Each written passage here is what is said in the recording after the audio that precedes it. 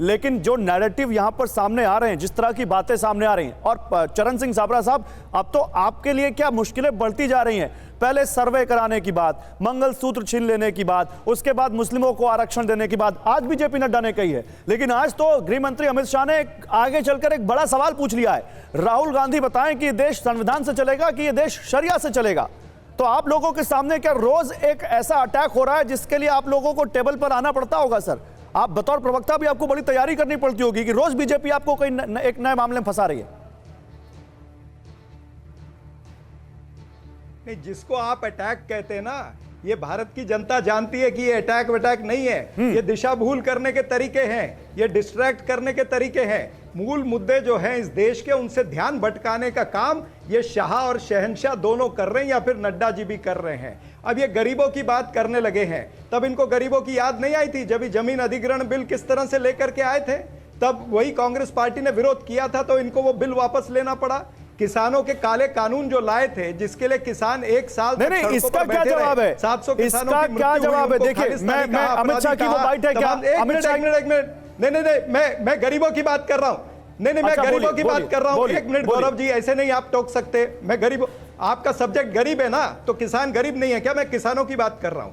तो जब किसान 700 किसानों की मृत्यु हो जाती है, उनकी बीवियों के मंगलसूत्र का इन्होंने हिसाब किताब पूछा क्या? कोविड में कितने लोगों की मृत्यु हुई, उन मंगलसूत्रों का हिसाब इन्होंने पूछा क्या? गलवान के अंदर जो हमारे 20 सैनिक जो शहीद हुए, उनके मंगलसूत्र का हिसाब इन्होंने कभी चर्चा करी क्या? ये सिर्फ जो मंगलसूत्र, मटन, मछली, मुसलमान, ये तमाम सारी बातें जो आज हो रही है ना, ये भारतीय जनता पार्टी को समझ में आ गया है अच्छा कि ये चुनाव जीतने वाले नहीं है। अब ये 400 पार का नारा भी नहीं लगाते, अब 400 पार का नारा मात्र। ठीक है, साबरा साहब इस पर जवाब दीजिएगा। साबरा साहब सुनिए, साबरा साहब सुनिए ना, ये जो आप कह रहे हैं ना, तुष्टीकरण को लेकर जो मुद्दा बनाया जा रहा है, कहीं ना कहीं आप ये कह रहे हैं ना कि ध्रुवीकरण करने की कोशिश कर रहे हैं। मैं अमित शाह की बाइट सुनाता हूं, गृह मंत्री ने जो कहा है, मैं चाहता हूं उस पर आप एक बार अपना रिएक्शन जरूर दीजिएगा। उस पर क्या जवाब है, सुनाइए पीसीआर क्या कहा गृह मंत्री ने।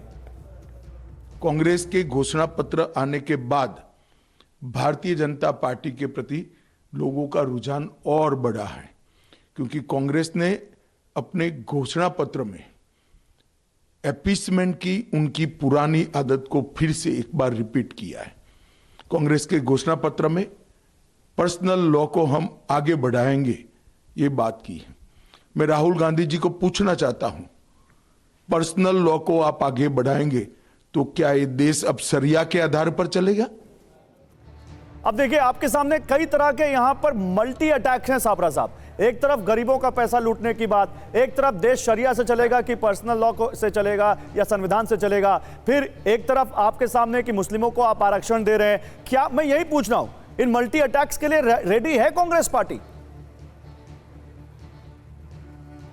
भाई, मैंने एक नहीं आपको 25 उदाहरण दे दिए जिससे गरीबों को भारतीय जनता पार्टी और मोदी सरकार ने लूटा है, फिर भी आप वही सवाल पूछ रहे हैं। आप भी नैरेटिव बनाना चाहते हैं क्या इनका? ऐसा नहीं होगा, क्योंकि जनता जानती है कि ये झूठे हैं, ये जुमलेबाज हैं, और ये जिस तरह से शरिया की बात करते हैं, मैं आपको कह देता हूं कि भाई ये तो संविधान के हिसाब से देश चलेगा। आज हमारा जो मैनिफेस्टो है वो 5 न्याय की बात कर रहा है और 25 गारंटी की बात कर रहा है। 5 न्याय क्या है? नारी न्याय तो कहां है उसमें? वो संविधान से ही होगा ना। उसमें युवा न्याय है, आपने जो कहा, मैं यही सवाल पूछ लेता हूं बीजेपी से। ये आप कह रहे हैं कि मैं आपकी बात नहीं कर रहा, ये सभी धर्मों के लोगों के लिए है ना, किसी एक सर मेरा आप सवाल सुनिएगा ध्यान से, और मैं बीजेपी से पूछ रहा हूं, और फिर मैं आपसे आपका जजमेंट चाहूंगा कि मेरा सवाल बीजेपी से सही था कि नहीं। आप बताइए शिवम, ये कह रहे हैं बार बार, ये वॉल्यूम कम हो गया, ये बार बार कह रहे हैं कि आपने 15 लाख की बात कही थी और फिर आपने कह दिया कि वो जुमला है, तो आपकी इस बात पर कैसे भरोसा कर लेगी जनता? देखिए, सबसे पहले तो मैं एक चीज कहना चाहता हूं कि कांग्रेस वालों, 58 साल इस देश में गरीब, किसान, महिला, युवा ने आपको चुना। इस देश का क्या हाल आपने किया, इस देश में क्या माहौल आपने बना दिया था, किस तरीके से भ्रष्टाचार पीक पे था। अब उसके बारे में तो बात मत करो, जनता नहीं आपको चुनने वाली। एक बात। दूसरा, इन्होंने कहा कि हमारी न्याय की गारंटी है। एक बात की गारंटी कांग्रेस की है, मैं इस बात से इनके पूर्णतः सहमत हूं। इस देश में मुस्लिम लीग ने आज से 100 साल पहले क्या किया था, ये ढूंढ ढूंढ कर लाते हैं, और तुष्टीकरण करने के लिए, मुस्लिम अपीजमेंट करने के लिए वही चीजें अपनी मैनिफेस्टो में डालते हैं। मतलब कमाल की बात देखिए, ये अभी तो यहां बैठकर कह रहे हैं कि संविधान से चलेगा देश, वो तो चलेगा, लेकिन भाई किसके पर्सनल लॉज को आप मजबूत करना चाहते हैं? इनको यहां 3 तलाक भी वापस लाना है, इनको यहां पर जो है इस देश में शरिया कानून भी चलाना है, इनको यहां पर तमाम ऐसी चीजें करनी है, जितना अपील कर सकते हैं करें। हम हिंदू मुस्लिम नहीं कर रहे हैं, लेकिन अगर आप मैनिफेस्टो में लिखकर आप कह रहे हैं हम हिंदू मुस्लिम नहीं कह रहे, करेंगे तो आप कह रहे हैं शिवम, आप कह रहे हैं हम हिंदू मुस्लिम नहीं कह रहे। आज सुबह ही वहां पर जेपी नड्डा जी आए, उन्होंने कहा, पूरा बताया कि 2011 में यूपीए 2.0 के दौरान माइनॉरिटी अफेयर्स मिनिस्ट्री ने ओबीसी कोटा के भीतर 8.4% सब कोटा का प्रस्ताव रखा, जिसमें मुसलमानों के लिए 6% आरक्षण शामिल था। तो आप तो मुसलमानों की बात कर ही रहे हैं।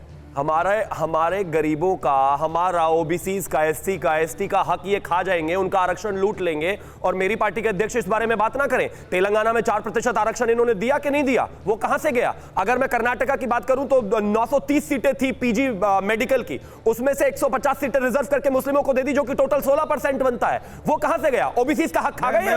इसी तरीके से इन्होंने तमाम जगह पे नहीं किया क्या? अगर मैं बात करूं आंध्रा में 4 से 14 के बीच में इन्होंने 5 बार जो है मुस्लिमों के लिए आरक्षण को पुश नहीं किया क्या? ठीक है। 2004 से 14 में यूपीए 1 यूपीए 2 में 4 बार इन्होंने मुस्लिमों के लिए आरक्षण पुश नहीं किया क्या? चरण सिंह साहब जवाब देंगे। युवा, एससी, एसटी, ओबीसी, ये तो सबका हक खा जाएंगे। ठीक है, चरण सिंह साहब, ओके।